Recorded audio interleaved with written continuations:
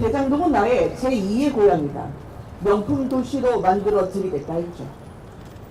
이 말을 들은 원주민들은 마음을 놓이며 환호했습니다.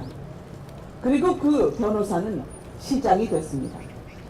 공공개발을 한다면서 그런데 원주민들의 땅을 헐값에 반값에 수용하기 시작했죠.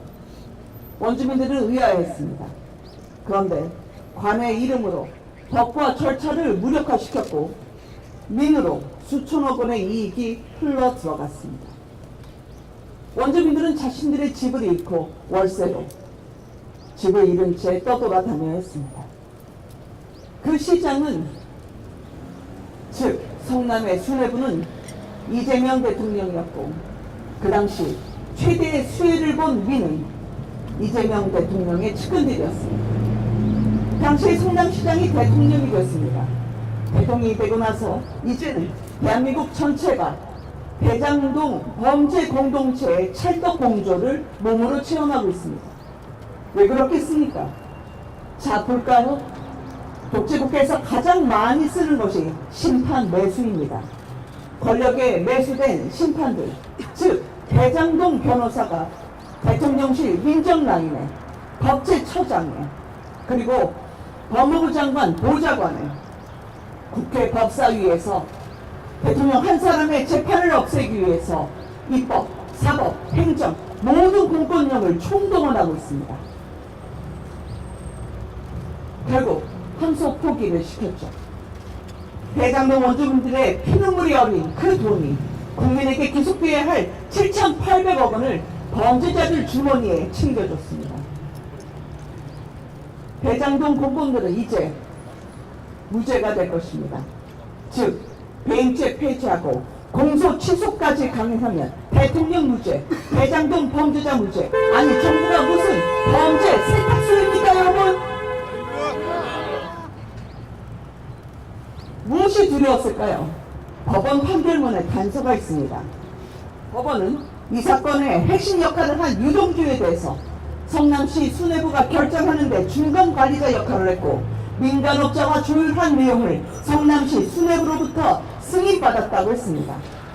대장동 사건의 실무자들이 징역 8년의 중형을 받았으면 성남 수뇌부는 도대체 얼마나 큰 중형을 받았겠습니까?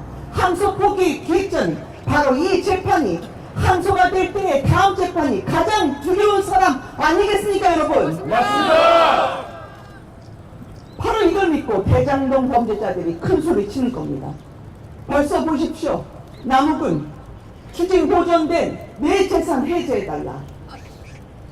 다른 공범들도 원주민들의 피 같은 돈으로 부동산 줍줍하고선 이제 감옥에서 눈집 끝났고 몇 년만 살면 자손 대대로 재벌로 자신들의 돈잔치 위를 향유하게 될 것입니다. 근데 법무장관은 뭐라고요? 민사로 다 추징될 수 있을 거라고요? 추징 보존으로 공무원들 재산 2천억 밑장 걸어놓은 거 더 장가야 할 법무부 장관이 아니 저수지 검은 돈 파내라 했더니 저수지 관리위원이 이게 될 법한 말입니까 여러분? 안 됩니다. 국민이 국가가 국민의 재산을 보호하기는커녕 오히려 약탈했다면 이는 정부의 자격을 스스로 포기하는 것입니다. 공직자는 죄를 지으면 벌을 받아야 하고 부정부패를 저지르면 처벌받는 게 당연한 상식입니다. 이 쉬운 상식을 세상에서 가장 어렵게 만든 매수된 심판들에 대한 심판을 이제 진행할 것입니다. 정성호 장관은 물론이고 대장동 공범에 대한 불법행위 피해 보상 소송이 성남과 국민의 이름으로 전개될 것입니다.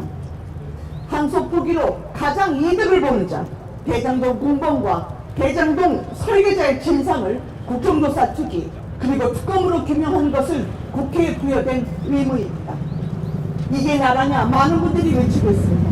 그러나 진정 나라를 되찾기 위해서는 민주당이 헛갈릴까봐 4년 전 당시 이재명 대선 후보의 말을 되돌려드립니다.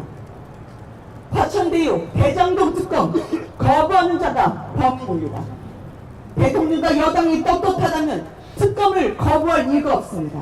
모두 다 대장동 변호사들이 그렇게 보호하고 싶은 이재명 대통령 당시 후보가 이야기한 겁니다. 대장동 주민들의 피눈물이 어린 돈, 그 범죄 수익 7,800억 원은 범죄자 손에 머무를 수 없습니다. 그 손에서 빼앗아 국민들에게 돌려주는 그날까지 싸우겠습니다. 감사합니다.